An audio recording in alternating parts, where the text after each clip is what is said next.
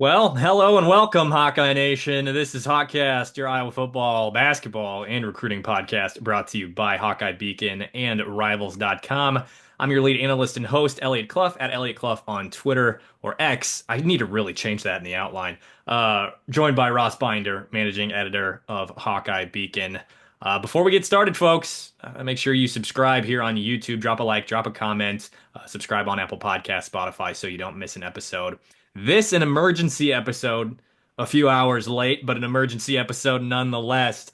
Fran McCaffery, parting ways with Iowa is how it was phrased, but Ross, you and I both know that means he was fired. Yep, he was let go. They will be, obviously paying his buyout and moving on to a new head coach next year. That they will. And I don't know, did you expect it to happen within 24 hours of the game being over last night? I don't know that I expected it to happen quite this fast. I wasn't sure if maybe it would happen this weekend or something, but it I think makes sense. It's something that needed to have a resolution, one way or the other. If Fran was going to come back, which seemed very unlikely, but if that was going to be the case, you needed to, just get that clarity out there. And then if he's not coming back, like you don't want to have that uncertainty. That's not good for anybody. It's not good for him, for the rest of his staff, for the players, for the recruits, for the candidates that I was going to be pursuing to fill this job now. So I think it was surprise. Honestly, the reason is probably the most surprising is because, for as little as we're used to covering coaching moves with Iowa, because they just don't happen often. I mean, again, Fran is leaving, or, we're moving on from Fran after 15 years. We've had the same football coach since 1999.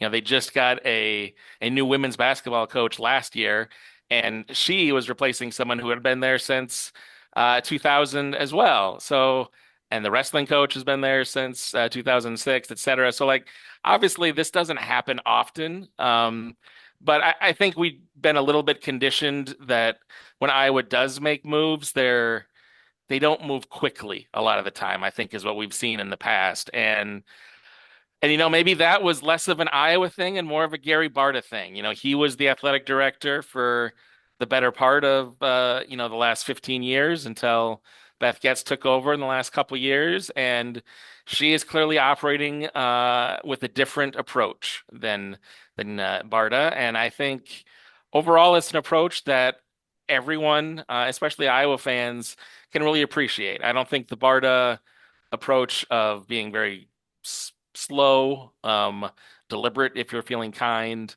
and not particularly, clear about what's happening. I don't think that did anyone many favors and didn't certainly didn't win him any admirers. Beth Goetz feels much more decisive. She knows what she wants to do and she's not wasting time in doing it. We saw that, we didn't even have a coaching search with the Lisa Bluter situation last year. There was just an immediate promotion of Jan Jensen, who was the top assistant coach on the staff. You were not going to have that here. I don't think we're going to see one of the current assistants promoted to the head position. That isn't going to happen. So we're going to get some form of a coaching search. But yeah, this is new territory for Iowa sports, and it's exciting, I would say. I'll go out on a limb and say I guarantee that a current member of the staff will not be elevated to head coach. This definitely felt like it was something that was coming. I think everybody in the fan base, I think majority of folks in the media felt like this was an inevitability starting maybe in February, January. It didn't help that Owen Freeman ended up missing out on the latter half of the season or whatever it was. Cooper Koch, Peyton Sanford, Josh Dix, both dealing with a ton of injuries. Like this season had a ton of potential. Seydou Traore didn't really become what folks were hoping that he would. Drew Thelwell dealing with a bunch of injuries. Like a lot of things had a chance to go right for this team. They just all went wrong, Yeah. right? I Yep. mean. I can't really name something that landed in Iowa's favor this season. I mean, can you? Not long term. I mean, there were little bursts of good things, good games, good performances, but yeah, just in terms of something you'd say like, boy, that really worked out well for Iowa. It's hard to find anything. I mean, the maybe the best thing would be like, the development of Price Sanford as a Yeah. sophomore. He really made some nice strides, but we're talking about a sixth or seventh guy in the rotation, and he was solid, but if that's the thing you're pointing to as one of the best things that happened this season, like there's a reason you're 17 and 15 or 17 and 16, whatever it is. I mean, Like like it's that, and then Drew Thelwell when he was healthy, he was great. Yeah, and it's a shame that and Josh Iowa. Dix was really good despite being hurt. Sorry. And Peyton too. Like when he got going, he was great to watch. I mean, it was nice to see him, his potentially last game in an Iowa uniform. I don't know that we'll talk about it too much, but there is some talk about a potential postseason in the NIT or the Crown. Who knows? Especially, with Fran out, that might be even less likely, but we'll cross that when it comes to it. But if that was the last game Peyton plays in an Iowa uniform last night, like he went out balling. I mean, 30 points. He was, showing off that 3-point stroke that when it's good, it's so good. I mean, his release is so quick. It just looks so pure. And, we didn't get to see that as often as anybody hoped we would this year. There was just, injuries and defenses and whatever just conspired to really make this a really tough senior season for Peyton Sandfort. But at least there were some bright moments last night, even obviously in defeat. But Yeah. Yeah. It has turned out to be, I think, probably more. I don't know. I don't know if you'll agree with me on this. At least this is my feeling, especially after talking to a few people around the program. This has ended up being a lot more emotional and difficult for people around the program, but also like fans than I thought it would be. I thought it would just kind of generally be all right, see ya. And maybe I was I haven't been through a lot of coaching searches in my career, right? Um, yeah, at the same time, I just saw a message from Luca Garza just tweeted, "Thank you, coach, for changing my life and the lives of so many others. You believed in a way that not many others did. Choosing to play in the black and gold was the best decision I've ever made for a lot of reasons, but mainly because I was able to be coached by you."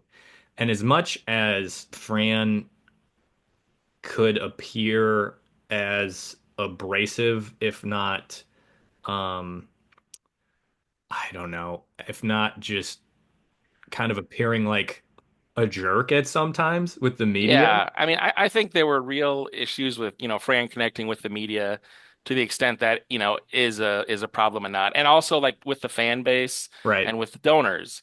The one area where he has never had an issue connecting though is with players. His players love him up and down the roster to a man since he's been here. Like you don't see people saying former players saying bad words about Fran or bad experiences. Like he goes to bat for them, and they go to bat for him, and they love him and what he's done for them.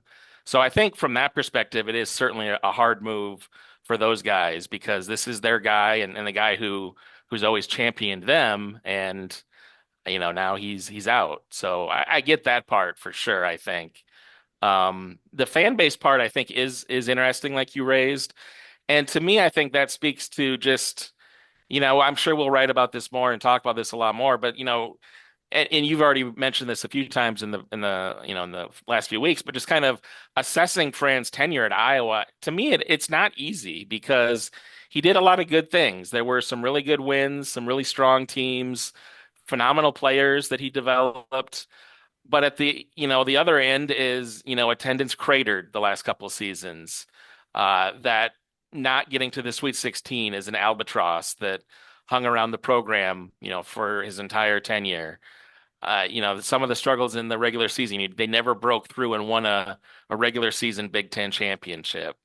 Um, and other things. So like, there are, I think, these mixed emotions about, respecting a lot of what he did, but also some frustration about um, the things he wasn't able to accomplish. And then yeah, just kind of his whole demeanor and his interactions could sometimes be kind of cold and difficult. He's definitely not the most warm and and likable guy at all times in the media and in the public. So yeah, it's just it's a complicated one. I think it's not a slam dunk, boy, we can't wait to be rid of you. Let's move on to the next guy and anything like that. Yeah.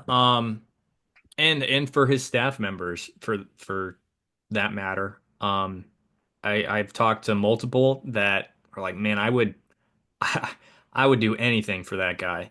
I would do anything for him, for his sons, for the players that they've also coached. I mean, Fran has, um, for again, for as maybe difficult or not, the optics haven't always been great. Yep. Um, for all of that, the players that have been part of the program, I've had a lot of good interactions with. I have a great relationship with the Sanford brothers. It's hard not to. Um, Hmm. Evan Bronze as well. I mean, and go down the list, Drew Thelwell, like Cooper Koch is a great kid. JR's really a good guy too, and um, Cooper's dad. And it's it's tough to see those guys go through it because you know that they're good dudes. And then you Yep. go down the list to a current recruit in Joshua Lewis, and this is where it really becomes the human part, right? Yeah. Josh was initially committed to South Florida, in his hometown down in Tampa. Their coach, I can't remember his name off the top of my head, uh, got in a car accident and died. Yeah. So Josh decided to decommit, open up his recruitment, and look elsewhere. Commits to Iowa, and now this. Yep. That's just, a 17-year-old, 18-year-old shouldn't have to go through that. And then to have to find another program after you've believed in what Fran McCaffery in Iowa has offered you, and in the recruiting job that Tristan Spurlock has done. Um, I And just I feel mean, for those people, right? Like it's a absolutely. lot more, and in the same way we criticize or have criticized or people have criticized Fran for saying it's not just basketball, right? When it comes to the NIL stuff, the donors, the fan engagement, it's not just basketball for the guys on the roster either, right? Like or guys Yep. that would have been part of the program. They bought into what Fran is selling. They bought into what Tristan Spurlock has offered, and it's not just him either. It's his parents. Like they have Yep. to see their son go through something like that, man. Josh is another kid that I've talked to a little bit. Incredible person, incredible family. It's just that's the hard part of this, and also knowing just people in and around the program, not know what's next, right? I mean, like Yeah. Ross, you and I have both have been. I mean, I don't know the details of your professional history, but like I can speak for myself and say that I was unemployed before this job for a week, and that was a horrible week. Like Yeah. just to not know what's next, and I mean, I don't have kids, right? I'm lucky there. There are members of the Yeah. staff that have wife and kids. Like I don't know that. So I just think it's important that we remember the human part of all of this, right? Absolutely. The human cost is, the people that are in the crossfire of this move. The coaches, the current players, the incoming recruits, like, they're all just collateral damage, unfortunately, of a decision like this. And it's really tough because, like you just said, like their lives get upended by this decision, and they have no control over it, no power over it. In many cases, some of these recruits and players, like you've already endured other, tumultuous things that led them to make other changes and come here, and now this is happening. So your heart has to go out to them, and you just have to, have some grace for what they're going through because this is really hard. And all I can do is, I just wish the best for all of those guys involved in this, and whatever is going to be the next step for them, whether that, some of them staying at Iowa, most of them probably, going elsewhere, finding other teams, other programs as coaches and players and as recruits potentially.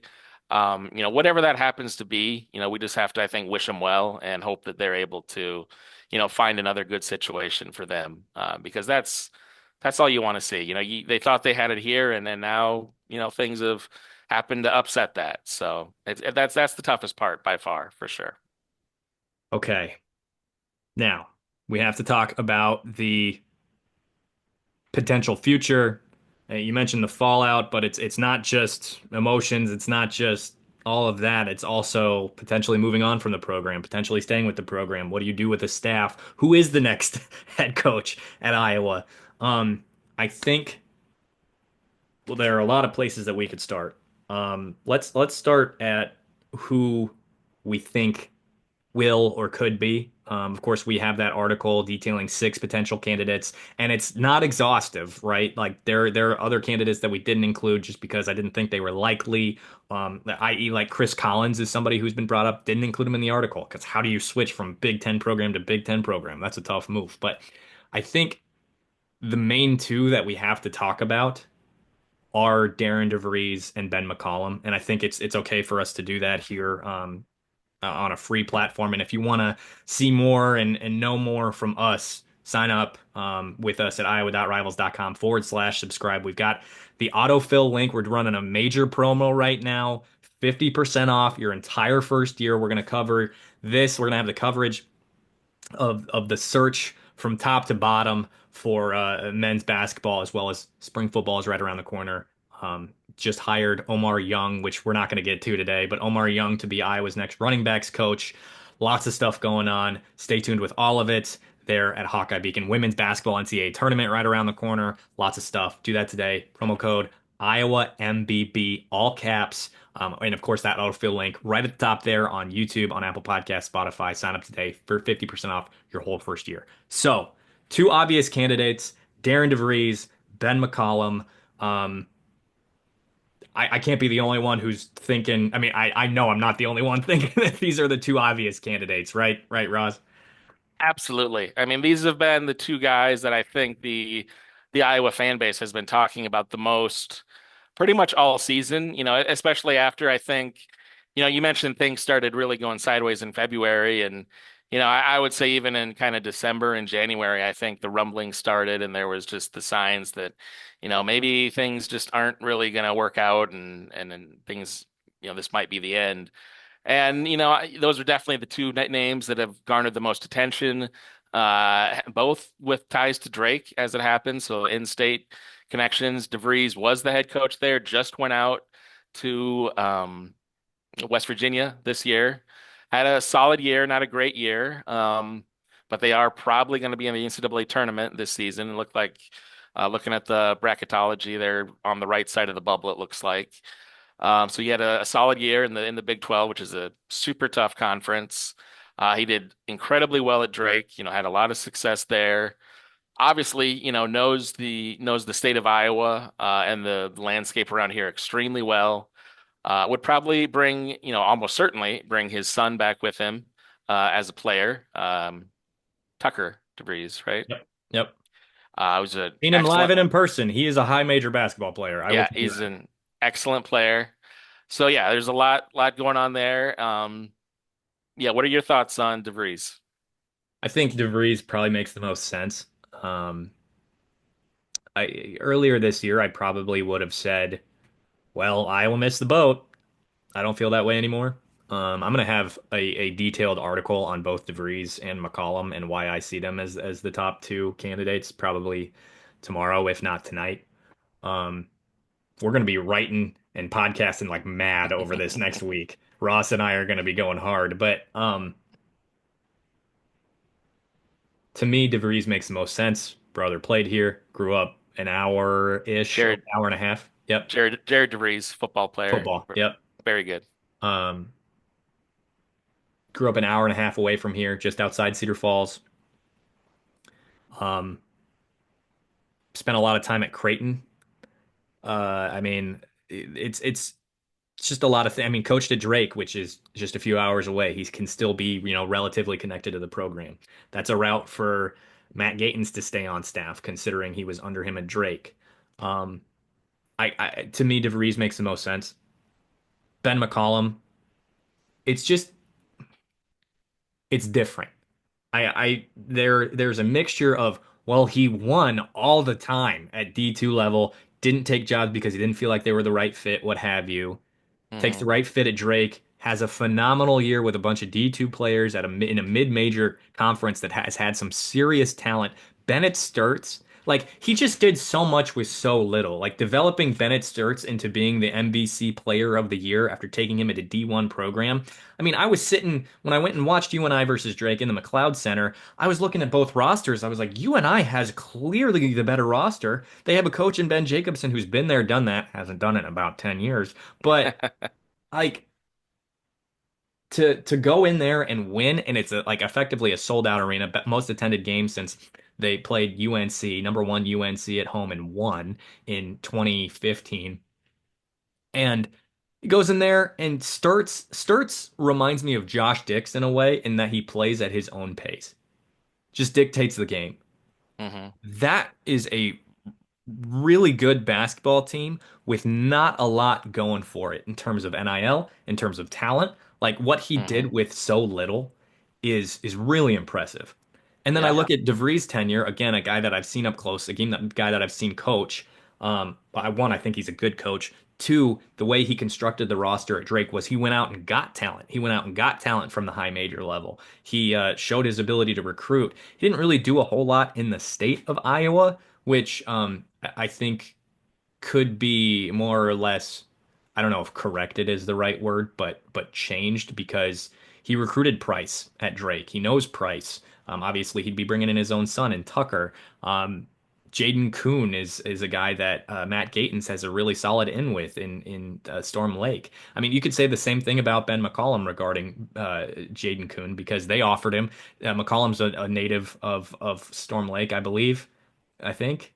Or at least he has a connection Uh, up there one way or another. Or he grew up there. yeah. I don't know if he was born there. I think he was born in Iowa City.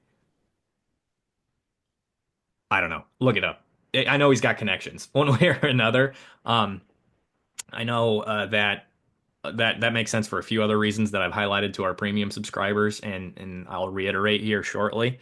But I think they both make sense. I think McCollum might give Iowa fans a little lick lighter PTSD, um, Yeah, which is a negative. born in Iowa City, grew up in Storm Lake. There you go. Okay. So I imagine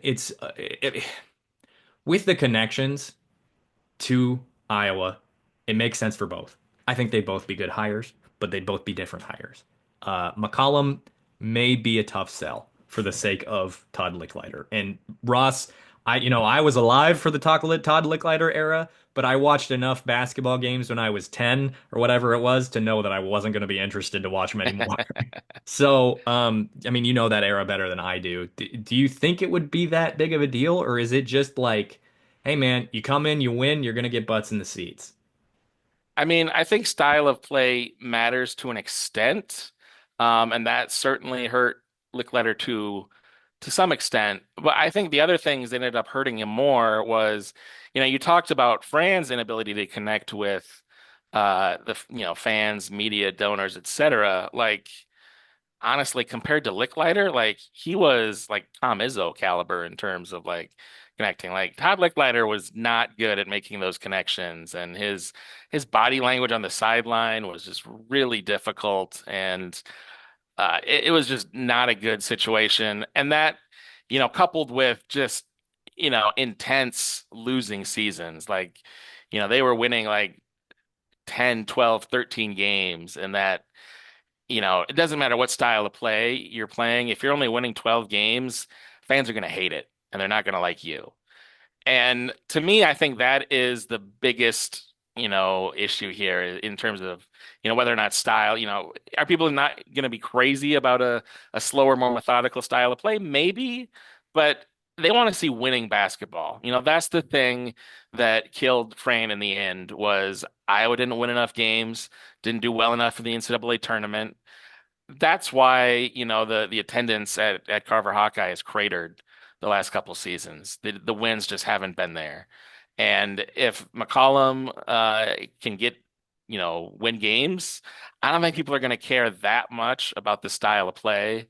Um, if the wins are there and Iowa is contending in the Big Ten, and especially if they can make noise in the NCAA tournament, that's going to really get the fan base excited because that's what this fan base is hungry for. It has been literal decades since this program has been in the Sweet 16, and they have seen Drake, they have seen UNI, they have seen Iowa State, they have seen every neighboring program, major and mid-major and low major, under the sun, it seems like, have their moment in the sun in March, and Iowa has not for a long, long time. So any coach that can deliver that, I think that's going to trump any other concerns about style of play or anything else. One thing that has to be done, and I don't feel like I'm, being unfair here because I think it's the consensus, is this next coach has to engage with the fan base. Has to. I don't know. Like that's the difference to me, or one of the main differences between DeVries and McCollum. I'm not saying McCollum won't do it. I'm not saying that he doesn't have the capacity to do it. Um, and it's the same with NIL, is that McCollum's never really dealt with a large NIL budget, Yeah. whereas DeVries, though it's 1 year that McCollum doesn't have. Yep. At West Virginia, a high major program in the Big 12, and he beat Ohio or beat Iowa State this year with a completely new roster. That's a feather in his cap that Ben McCollum doesn't have.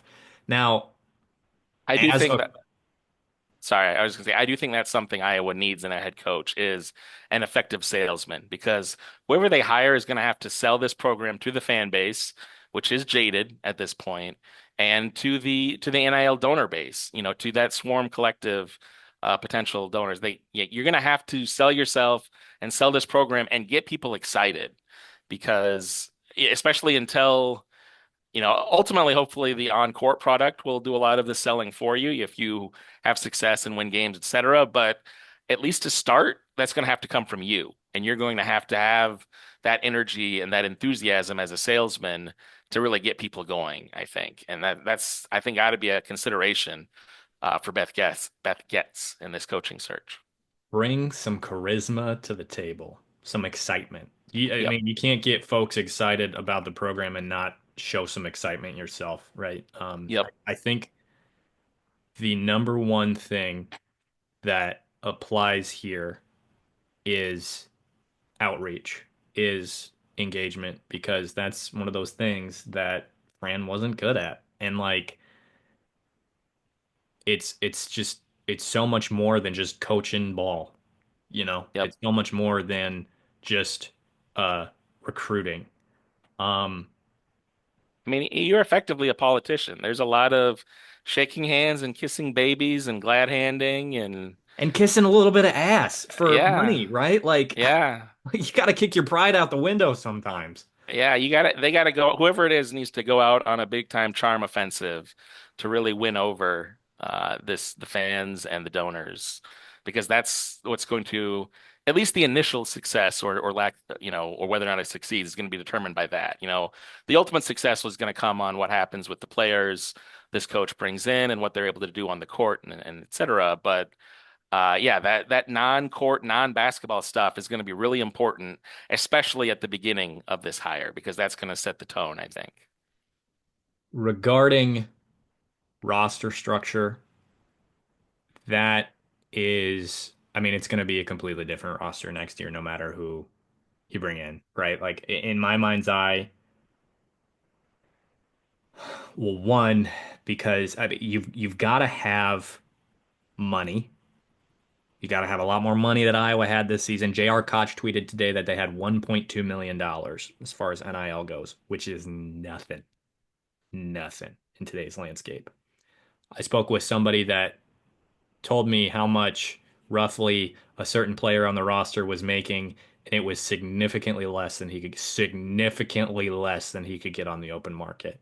For that reason, I think you lose your top players that would be returning next season. Josh Dix, Owen Freeman. Um, I think you have hope in retaining a small contingent of the roster if you bring back a Spurlock, a Gatens. I think that there is going to be some some you're going to have to trim the fat a little bit. We'll say that with this because there are some guys on this roster that have not panned out. To me, what this says is, well, Riley Mulvey wasn't sure if he was going to graduate or not because he has a year of eligibility. He's moving on in my Hmm. mind's eye. Um, and there are going to be other players on this roster where the coach is going to say, "Look, you don't fit what we want to do. I'm sorry. See ya." Yeah, And then there are going to be players like Cooper Koch, who's a young guy that got to play a little bit this season, will get a medical red shirt, is invested in the program, was a four-star player, a shooter. You can't have enough shooters in today's college basketball. You do everything you can to bring that guy back. He is an Iowa Hawkeye through and through. He's a legacy Hawkeye. Like, absolutely. so the roster's going to look different, but there are going to be some familiar pieces. And the roster looking different than what it looked like this year is not a bad thing. Not a bad thing at all. No, I mean, I would say on one hand, we saw what this roster can do this year. And, again, like you said at the beginning, we're sympathetic to all the injuries and stuff that affected this roster. We didn't see the best version of this team too often this year, but even at that level, there were deficiencies in the way this roster was constructed. Let's put it that way. So yeah, there was definitely a need for some, makeover ahead of next year. And with this move, it's obviously, I think, just gonna, like you said, it's gonna accelerate that makeover. Like it's going to be, if Fran comes back, it's probably more picking around the edges and smaller moves. Obviously, with him moving on, and Iowa moving on, it's going to be a much more larger scale makeover of the roster. We're going to see, like you said, just a lot more transition of, guys leaving and new faces coming in. I did want to hit on a couple questions from our premium board. I see what before we get out of here because I got to hop on a radio show here shortly. K Jim, if with Spencer on Sports, been on a few times. So, folks, if you want to check that out, go ahead and do that. But question from IC West Hawk. Um, I'll phrase it a little bit differently, but um, do we think that there was ever consideration to get a staff member that would help the defensive side of the game? Um, Ross, I'll defer to you for that question first. No pressure.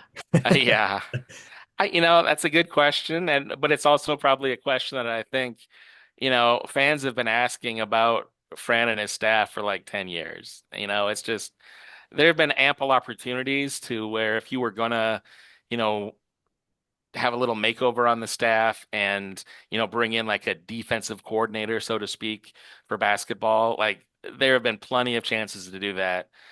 Fran has not been interested in that. It has not happened. We've seen it. The continuity with Iowa basketball has been really remarkable. Like the coaching staff has not changed a lot over his tenure. Changed a little bit more in recent years, but overall has not seen a lot of guys moving on. For better or worse, it's been a lot of the same coaches year in and year out. And then the players too. Obviously, we haven't, especially in the portal era, Iowa's had more stability than a lot of programs have. Again, for better or worse. So yeah, I mean, it's an interesting hypothetical, I think, to think about. What if Iowa added a coach who actually, could try and inject some defense into things? And again, I'm sure that has been considered, but obviously it was not a direction Fran was ever interested in really pursuing. And I mean, who's to say that it would have done much just because of Fran's overall style? Um, Yeah, just go, go, that's go, go, go, right? yep, could have been a tough fit for sure. That might have been a situation where, you're butting heads. He might have felt forced to make a hire like that too, if that pressure was put on him by, the administration. Yep, Um, so I just I don't know that that necessarily would have done much. It's great in theory. yep. I just don't know that it applies. I mean, it's like It's a really strong, yeah, it makes total sense. On paper, it's like, oh, Fran's great on offense. This guy's great on defense. Let's combine them and you'll have a great team. I think, the practical reality of that could be really difficult to make that really sync and work as well as you're hoping it might. 2 plus 2 doesn't always equal 4. And Yeah. Yeah. Yep. so With all that said, reminder here to join us, follow along with the hiring process for the Hawkeyes. Promo code Iowa MBB, all caps at iowa.rivals.com. If you want that autofill link, signs you right up. Super quick and easy. It's right down there in the description, here on YouTube, on Apple Podcasts, on Spotify as well. Who do you think should be head coach for the Hawkeyes? Drop it down in the comments. Let us know. Who do you want? Who should they hire? And why? Like if it's DeVries, why? If it's Jared Calhoun, why? If it's Nico Medved, Ben McCollum, tell us why down there in the comments. And again, sign up today, 50% off your entire first year. Promo code Iowa MBB at sign up there at Hawkeye Beacon. And of course, that autofill code down there in the description. We appreciate you tuning in today to this episode of HawkCast. And of course, subscribe, like, do all that good stuff before you get out of here so you don't miss an episode. And yes, my name is Elliot Clough at Elliot Clough on Twitter. And Ross had something to say there. I was just gonna say we will be back very soon, probably. We will Probably. we've got NCAA tournament coming up for the women, so we'll be talking about that, and we'll be talking about this coaching search. So you'll probably be hearing from us in your podcast feed within a few days. Hawkeye Beacon is going to be loaded with content over the next week or so and into spring ball. So definitely time to sign up there with us. Again, 50% off your entire first year. Promo code Iowa MBB. For now, folks, I am Elliot Clough at Elliot Clough on Twitter, joined by Ross Binder. For now, we will see you next time.